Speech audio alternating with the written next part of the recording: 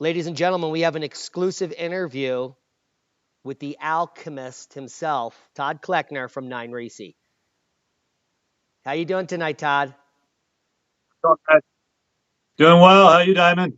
I'm pretty awesome. For those of you that do not know Todd, um, he is the founder of 9reC Limited Liability, which is the creator of the disaster prediction app over at Suspicious Observers. He also has an awesome website at 9reC.com. Co-creator. Say that again. Co-creator. There's a couple of us involved in there, but yeah, I'm slowly taking it all over. So. Yes, a bunch of people had to go into that app, I'm sure. So not only does Todd Oh yeah. create the 9reC.com website, but he is also an alchemist recently, and he's been mixing up some of the most impressive thieves oil for the current outbreak that's happening worldwide. Now, the reason we're doing this podcast is not to scare the public. We're here to prepare the public because, Todd, I just went to the store Absolutely. and I was blown away. There, I turned a right in the supermarket to the toilet paper aisle. There are no napkins. There is Yeah. no tissue. There isn't a single shred of paper in Pagosa Springs as of today. I went yesterday, and same thing. I did know of a little spot, a restaurant outlet supply, where I was able to pick up vinegar, bleach, and there are napkin things there that paper products, but I didn't need those. I already had enough for a good next month or whatever. We're gonna possibly in quarantine or lockdown, as they say. Now, where do you want to disclose a general location where you're finding these shortages? Yeah, that was in Albuquerque, and I gotta say, most people they don't seem aware. You know, the people at Costco, the workers, they seemed like it was like a holiday. There was so much extra traffic. But people that in their carts, they didn't seem they were putting anything for long term. They didn't know why they were there, other than maybe to get toilet paper. And they were otherwise they're just looking in people's carts, going, "How panicked should I be? What's the scene?" I was talking to another guy in United Kingdom today, and he was like, "Yeah, people are the same way here." And then I was talking to a contractor of mine in Italy, and he's in a town. He's locked down. He's been locked down. He's got another month to go. And he said, yeah, no one here was paying attention. No one thought anything of it until the police and the military were on the corners of the streets with the guns saying, get back in your house. And then everyone started to wake up like, oh, this is a real deal. And it's not, again, it's, the elderly are the ones who are going to suffer, but there's this whole other agenda or other thing to slow down maybe the elderly and the vulnerable to get it. Yeah, Because it has that long period of where you're getting it, and you don't know it. And that's I think the real big problem that they're scared about. Yeah. Now, I shared earlier on a podcast based on all the information, and my partner Leah and I have been heavily researching this since December. You're doing And great work. thank you. And what we've uncovered is pretty consistent that if the case load is underreported and they are in fact under testing, and let me just get to some of these headlines. It's going to be delayed for you, so you won't see it. That's the case. But first of all, New York National Guard was activated yesterday to combat the coronavirus and establish a containment area up in New York, which was one of the first responses or quarantines. It's a mild quarantine. It's just a containment area.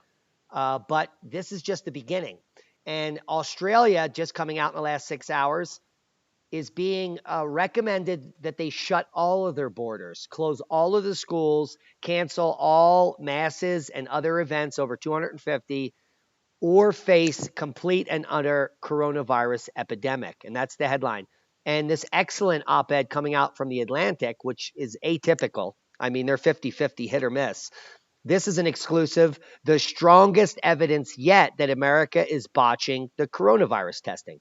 And if you just look at the facts, Todd, yesterday morning, I was researching for 4 hours. The official number as of yesterday morning was 8,557 tests had been done by the day before. So 48 hours ago, there had only been 5,700 tests in the United States. And I mean, that's an understatement Nothing. as far as botching. What are your thoughts on that? Yeah. I think the whole thing has been a botch. As far as I understand it, the rest of the world is using a test produced out of Germany. And somewhere along the line in the administration or the government, we decided not to use that company or that test. Instead, had to have an American company to develop a test, delaying it a good 2 weeks. That test was botched.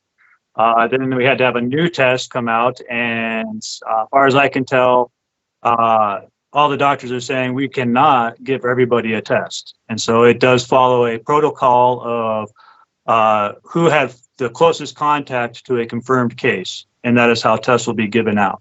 Yeah, and now let me tell you why. Because what we're being fed from the mainstream is that as of yesterday, there was 1 million kits delivered in the US. And by today, there would be 2.2 million additional kits. Now, the official word 3 hours ago from Colorado is that they had a total of 900 COVID-19 test kits for the entire state. 900 for the state of Colorado as of 3 hours ago. Okay, you want to extrapolate on what's going to happen in a few days with these numbers when the kits actually get there? No, it's gonna blow up, and the Trump speech tonight was just prepping us for what they're gonna do when those numbers do blow up. And these places, these states that don't have it, they are rural and they are poor. Those are the places that don't have COVID. And I guarantee you they have it. It's there. And the only reason there's not a number is because there's not the facilities or the capacity to test people or to give a hair. Yeah, and if we only have 900 kits here in Colorado and we have a city like Denver with Brucifer and an international airport, can you imagine how many tens of thousands of people that are potentially infected are coming through Denver with 900 kits available as of today? It's insane. Yeah. So I mean, that's one thing about Albuquerque. Our airport's not that big of an international airport like Denver. But yeah, you're absolutely correct about that. So I want to talk about a paper that you sent over to me yesterday or maybe earlier today, and it's excellent. There has been other documented sources that are either peer-reviewed or up for review, and this one is a summary of the incubation period for COVID-19. And what I want to do in this podcast and in future podcasts with you and others is to start to quell the fears because most people out there are not at risk of dying. Almost no one is at risk for dying that's listening to this podcast. They are at risk for getting infected and infecting their loved ones that may be at risk for dying. And so that's the biggest thing. So what I want to do is start to break down some of the nonsense.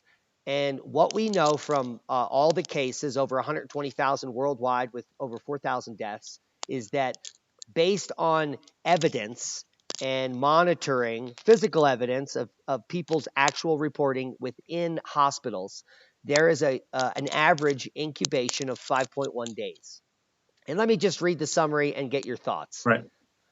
Researchers report the median time for exposure to symptoms. That means that you touched the guy from Wuhan because he just got off the plane, and then you went to a concert. The next day, you went to a conference. Day after that, you went to get a massage. And then the day after that, you high-fived 1,000 people at the baseball stadium.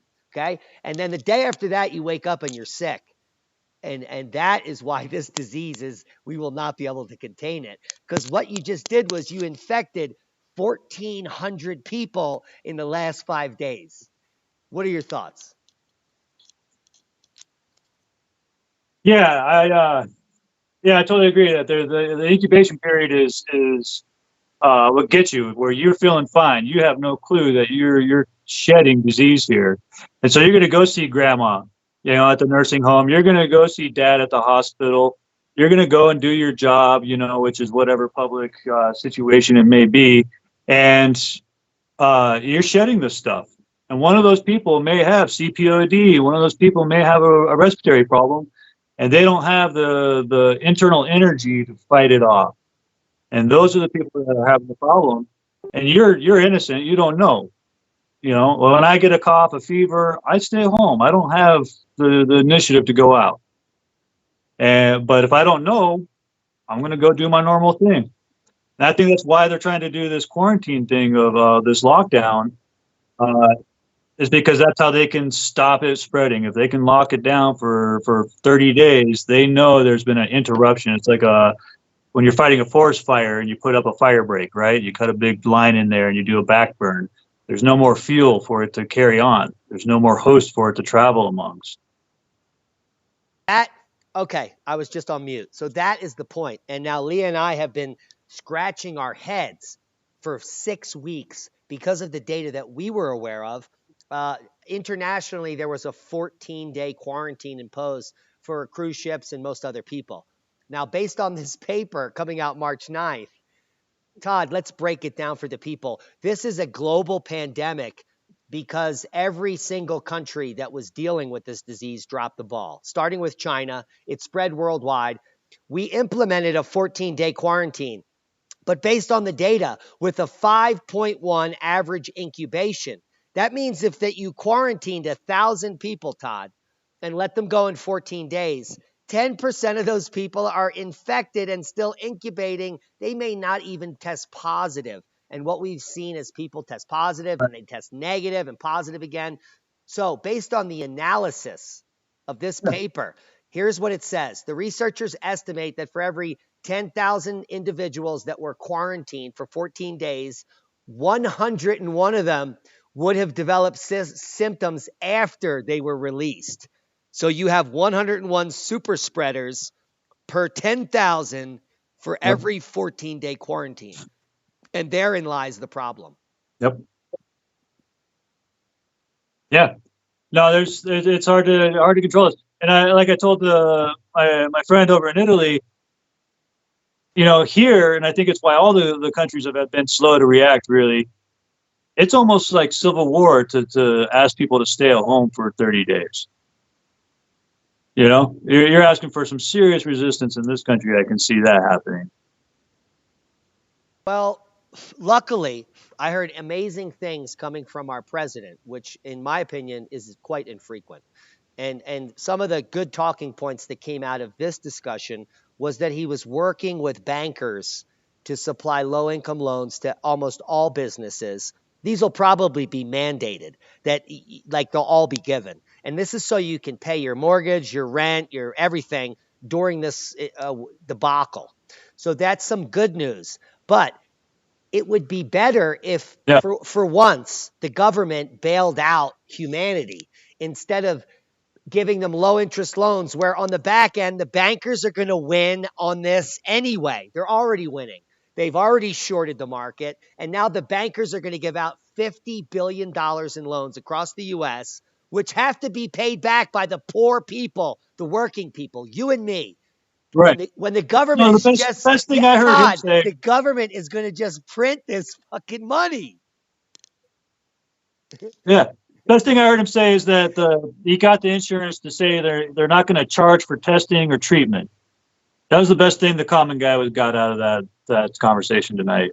The rest was like you say, yeah, it's a loan, or it goes to the boss. It doesn't go to the worker. It's business first policies. Now, before we get to the n1oil, and we talk about how that can protect the public and how you're supplying it, and that there may be a shutdown in the Postal Service in a few weeks. So it's important that people start preparing now. If this works, I want to share with the public a video, and we're going to need some bandwidth here. And this is a video that's totally illegal. It's coming out in the last 24 hours from a port where all of the supplies that come into Costco and Walmart and your supermarkets, where all of them come in. And this is where they come in from China. And there's a truck driver here in this video that is so overwhelmed and baffled that they're going to break the law here and film the port, which is illegal, because what they find here is astounding. There is nothing here, and this supplies a third of the U.S. That I work over here at the port. Yeah. What do you think happened when they shut everything down? They stopped loading the ships. So there's a gap in shipping right now. Absolutely. Listen to this. From China and other places, to let us know, the stuff that we buy and go shopping for. As you can see, I'm in my truck. Sorry, it's dark. Let me turn the light on. As y'all can see, I am in a truck. I am in my truck. So she's an international I only shipper. go to the port, so and she's here there to pick up her boxes. I don't have no super like living condition stuff. But if you look over here at this side, you can see. Wait till she gets out and explain. I mean, those things are bustling 24/7. There's not a worker there. No. Building. But for some reason, it's empty. Let me get out and show y'all. Now, I'm not supposed to be videoing over here, so I'm going to try to keep this as low profile as possible. But check this out. See these cans? Wait till you see the port of entry where the cranes are. They're usually stacked 10 high with boxes by 10 wide. She's about to show 7 cranes areas, and there's nothing there.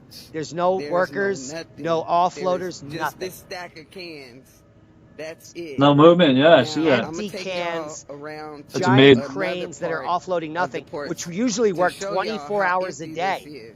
And she's going to show you can look through to the highway here. For in stores, and if there's no cans here, there's no imports. Wow. Look at that.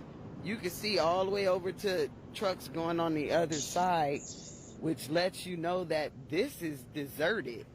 I should have took a video of the other port. Yeah, that's going to get people's attention. The China port called Yang. And they start seeing that on the shelf. There's no, it's just or not. as empty as this one. Ooh, so I'm going to do a video a little later tonight and do that video in its entirety. But what it shows and what she's saying is that if this is in the last 2 days, there's nothing coming in for hundreds of millions of people in the U.S., then there's nothing coming in. And in a week or so, those empty toilet paper aisles, that Purell, it's not going to be there ever. So this is the beginning of a long time. Yeah, you're looking at a good 3 to 6 months to reset that cycle to get everything back into fluid motion again. And that's once all the countries have done with their lockdowns and whatnot. It's amazing what all the fallout from this and what's happening. I often to get into the n1oil. One of the things that I was thinking about is the fumigation. I was watching all the fumigation stuff coming out of China and how they treated it. They're sending these big trucks. I think they're used for pesticides in orchards or whatever, and they're just fumigating the hell out of the cities, drenching people in chemicals, making them walk in tunnels. And so I got thinking, if we burn stuff like frankincense and myrrh and n1oil, does that get into the surfaces and into our crevices, that help us out? And I'd much rather do that. I'd much rather stay in my house and smoke my incense, smell my incense, and keep their fumigation outside for however long they need it to happen. And so I really hope people are getting out there, getting the food they need for the next month, getting the supplies they need. And like on the site, we tell people where we get our stuff from. And really the idea is to have people get their own supplies, grab 16 ounces of each one of these oils so that your family and your community, your neighbors all have something. So I tell you what, if your neighbors are all strong and healthy, if you're giving them tinctures, you're building them tinctures, and you're giving them oils to stay strong, that's going to be good for you, because you're going to need that community. You're going to need that village to make it through moments like this. Points. All excellent points, Todd. And before we talk about the n1oil, let's talk about the history of what the n1oil is. And the n1oil comes from lore and legend. It comes from the plague. Now, I've read many accounts. There was a group of thieves that was working their way through Europe, many groups, and they happened to be salesmen and spices and essential oils, and they had made a decoction or a concoction alchemically of things that could help prevent the plague.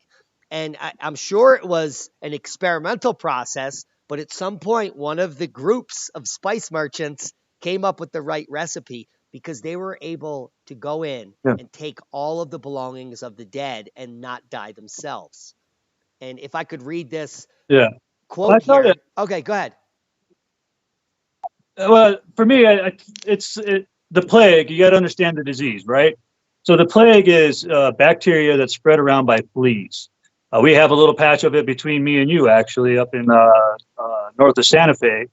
There's still the plague, and it's still carried around by the squirrels and stuff around up there. You got to be careful with your dogs. Um, and I think like 3 or 4 people in New Mexico get the plague every year because of this. So a lot of essential oils are very good at flea repellent and mite repellent and these little critters. So even before we get into the antimicrobial aspects and the antiviral aspects of these oils, the original thieves, any one of the original thieves, all of them have herbs in them that are antimicrobial and antiviral. The recipe you have is probably more exotic because you're coming from a more tropical area or subtropical, where the plague, as far as the European lore goes, is really confined to more temperate areas where you're going to find the rosemaries and the thyme, the lavender, and not going to find so much the clove and the cinnamon and eucalyptus. So these different areas have always, I think, in history known, hey, these herbs keep the fleas away or keep that itchy crap off of me. Or, the nail fungus. How long have we dealt with nail fungus? And all these oils, can affect the different funguses of the body. So yeah, I think originally it was to keep the fleas off, to keep the plague away. And then, we started understanding that, like the vinegar really makes sense to me because it's got an alcohol which will help cut these oils out of the plants. And if you soak the plants inside this vinegar, it'll extract the compounds that are going to keep the fleas away, that are antibacterial, antifungal, antiviral. And it's kind of knowing what's in your area. So we're not going to have access. If shipping goes down, count half of these herbs on my list out of stock indefinitely, right? But I can still grow lavender. I can still grow oregano. I can grow rosemary. I can grow thyme. There's a lot of other ones that I can grow. Juniper. I got juniper in my front yard right now. So there are things that we can do, and just tuning it for your area. And then, like you brought up earlier about the pregnancy issue. So, like the cinnamon's a really strong uterus contraction, and so people who are pregnant or wanting to be pregnant, that's not good for them. You can do, use it in light cleaning around the house where you're not coming into direct contact with it. But, to make a vinegar out of it to wash your hands if you're going to go to Costco or coming back from Costco, that wouldn't be so good. And yeah, I will look into what would be a good pregnant safe concoction for this antiviral and bacterial kind of concept I'm going for. Yeah, a couple of other things we want to talk to people about. If you're using any essential oils, it's not just n1oil or Yeah. thieves oil. Any Right. essential oil is going to be harmful to pets. Cats and dogs cannot process these essential oils through their skin. It eventually builds up and becomes a nightmare, first in cats and then in dogs. So do not use diffusers or aerosolizers in your house for this oil. Don't spray it directly on your pets ever. And if you're trying to conceive or you have pregnant people in your family, don't get it on them either. And other than that, talk to your doctor if these maybe even interacting with some of the medication you're taking. Now, I don't think anyone should be taking any pharmaceuticals, but the way that the world has been built, the pharmaceutical industry controls people because of the food they eat. Yeah. They need the pharmaceuticals. Go ahead. You just touched on a real important point there.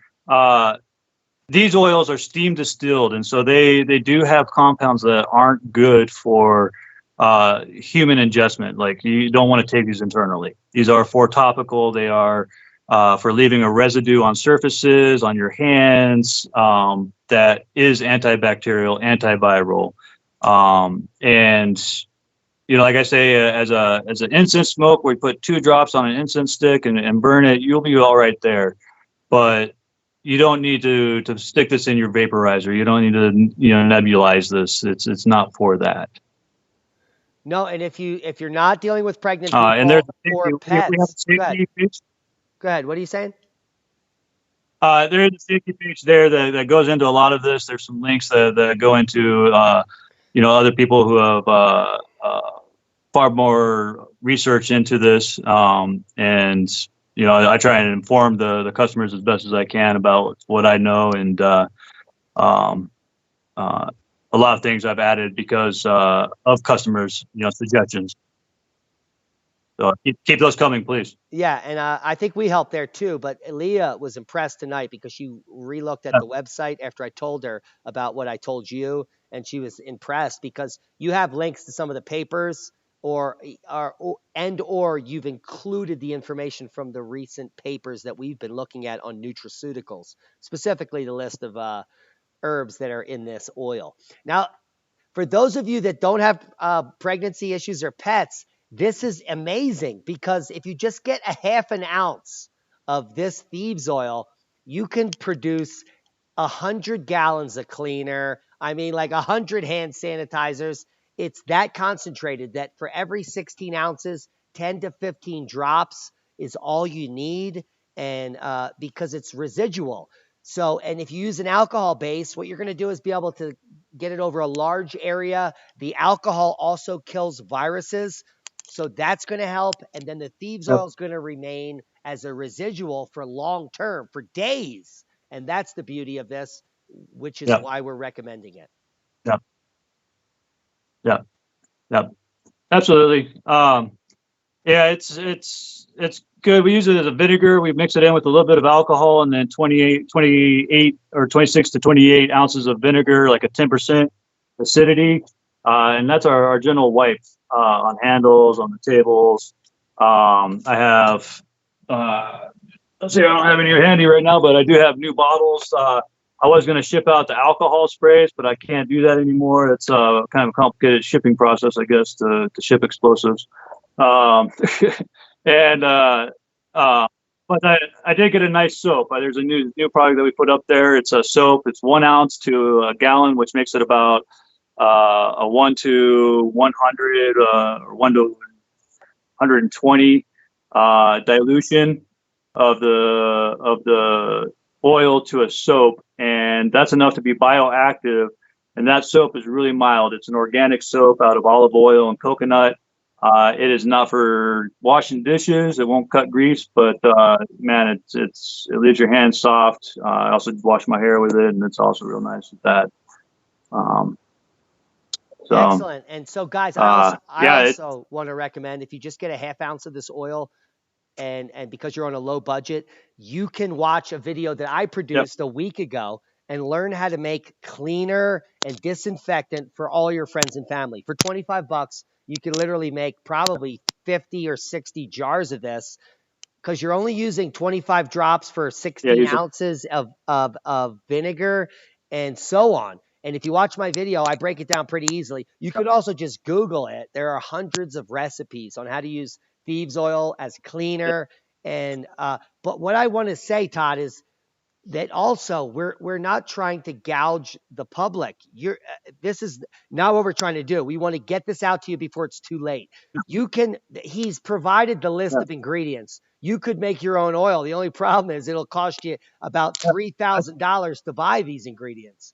So he's already mixed right. them for you. We're providing it to the public for less than the cost of any other manufacturer worldwide because we're trying to help our Yep, community survive and thrive. And any other right, words you want to say? yep. No, no, I applaud those who have taken the initiative to get enough to supply their communities. There have been a few people that have done that. They followed the links and supplied themselves, and that's exactly the motto. I'll make it as long as you guys need me to, because I understand that not everyone has the resources to throw down on it at once, and I do think it's an important thing for us all to get into the habit of using these nutraceuticals, these herbs, and these oils because I don't trust what they're putting in those foggers. I don't trust what they're putting in a lot of these CDC approved chemical packs for COVID, and yeah, I trust plants more than anything. Yeah, and what the most important thing I want to share with the public right now, I don't have the papers up, is that a paper coming out in the last 48 hours, and even you can even fact check me. Go Google MedCram, and in the last 48 hours, one of the top PhDs Great guy. uh, will confer my Yeah. information that if you can get zinc inside of the cell wall of your body, which is very difficult, then there is no way this COVID 19 can spread. It might also work with cancer, but the cancer industry does not want to work on these papers. Now, luckily, a paper just came out within the last year. We can share with you in a future video where chloroquine phosphate, chloroquine is the name. You can Google it. If you are taking chloroquine, Right. it's a widely used malaria drug. There are hundreds of tons of it worldwide. You can even get it in bulk from chemical companies, but if you want the prescription, you need a prescription from your doctor. I'm sure a doctor would write it out for you. It does have side effects, but if you're taking chloroquine and you have this disease and you're also taking a zinc supplement, what will happen is zinc will break the cell barrier and stop the disease from spreading, and you'll be cured. And the reason that the mainstream is not going to Yep. pick up on this is because it's going to take weeks and peer reviewed and case studies, and it's complete nonsense. Paul Cottrell and I 9 weeks ago said remdesivir it cures this disease, and a paper coming out 3 days ago says, "Hey, remdesivir is curing this disease, so we're going to look into it." This is a 9 week delay in information when real scientists can pick it up because they can grab it from social media and we can determine that remdesivir cures this disease. But it takes a 9 week Yep. delay in the rigmarole of all the BS to actually get a paper up to be peer reviewed That's that if says everything's the going smooth. same thing we said. It's insane. Yeah. That's only if it goes smooth too. Otherwise, it's going to be 9 years. Right, because they're going to need like double, triple blind studies and blah blah blah. So what I'm recommending, and guys, Yeah, I'm gonna make it go like out on a 20. limb here. Chloroquine, you can buy it at a fish store. It's called ick remover. It's been sold in the aquarium industry to get rid of ick in your tanks. Chloroquine phosphate can be Uh, purchased for 1/10 of the price in an aquarium store. You could take a zinc supplement. I never said you should eat it. Trust me, I would never say that. Do your own research. But just like I have fish mocks in my refrigerator, I also have ick remover in case I need the chloroquine phosphate. What are your thoughts on using aquarium pharmaceuticals for preppers? I think I have a lot of animals and I have a lot of animal medicine in my medicine cabinet. Yeah, I like that. Let's put it that way. Stay with that. Yeah, exactly. And I recommend the same for you. There is no different protocol in them. The same exact fish mox is the same amoxicillin you get. In fact, the human amoxicillin that's And it's the generic same. might even be more disgusting than the fish mox, in my opinion. Yeah. And I would say, a one, 5 drops to or less to an ounce of alcohol. So 5 drops of N1 to an ounce of alcohol. I use that, and I don't mind spraying that on like my dog's ears when they might be getting some fleas. Um, I don't do it often. I don't do it in a high dose where it's saturated, just enough to where a light bit of oil gets on there to get the fleas to jump. Um, I'm going to agree with you yeah, you have to be careful. because the research I did for dogs is that the essential oils, if you repeatedly apply it day after day, then it becomes a problem. But if it's just a one-off in a year, I think Yeah. that it might be, in fact, safe and effective.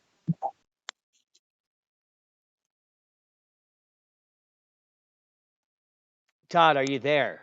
We've lost you. Guys, if you don't know who Todd is, he's got, are you back? 9recy.com is his website. n1oil.com is where you get the thieves oil that was created by Todd. And 9recy LLC is his Facebook page. There will be links below. And I have no idea what's going on there. What's going on over there, Todd?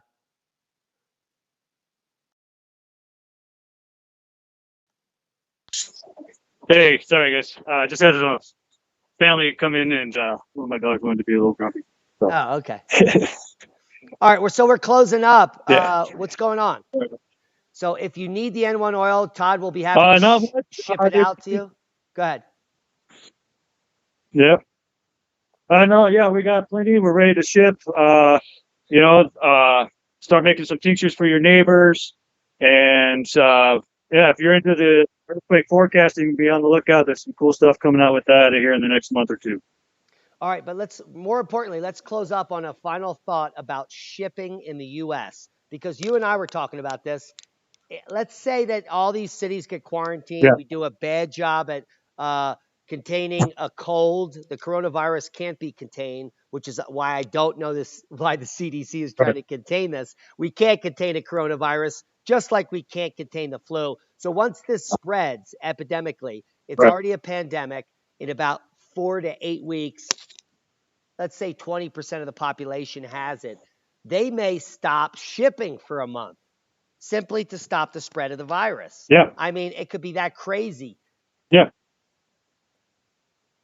Yeah. I don't, I'm not sure if they're shipping in Italy right now, but I'm pretty sure in China, those towns, there was not the post, was not going around like it normally does.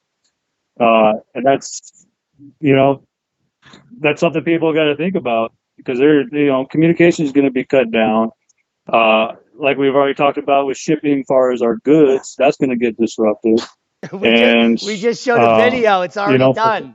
For us, it's going to be really hard. Where we can't do our shipping either. So hopefully that comes into part of that loan package we were talking about earlier. Yeah. So think about it. So think about preparing early. There's not much time. There's no time to buy toilet paper. There's no hand sanitizer. You should be focusing on food and other medical supplies that you may need for a month or more. It could be 3 months, and they could literally shut down shipping for 30 days to stop this virus. That's my worry. Yep. That's my worry. And not just that, just movement in general, how, like my buddy, he's from Russia, but he's in Italy now and he's trapped there for a month. That wasn't his plan. Yeah, and a friend of mine is supposed to fly here from Australia in 2 weeks, and we're wondering if he might get stuck here. If they shut the borders in Australia, he could get here, but he can't go back home. Right? Absolutely. So, guys, it's time. Yeah, you got to start thinking about these things. Yeah. Time is now to prepare. Buy extra food. Wash your hands. Stay away from sick people. If you're sick, don't go out. Don't be a schmuck. Be safe. Thanks for coming on, Todd. We love you. Absolutely. Love you too, brother. Be well. Peace. Get the n1oil. And Todd has offered us 15% off if you use capital ORP in the coupon code. Get the n1oil. ORP in the coupon code for 15% off. And be safe. We love you. That's boom.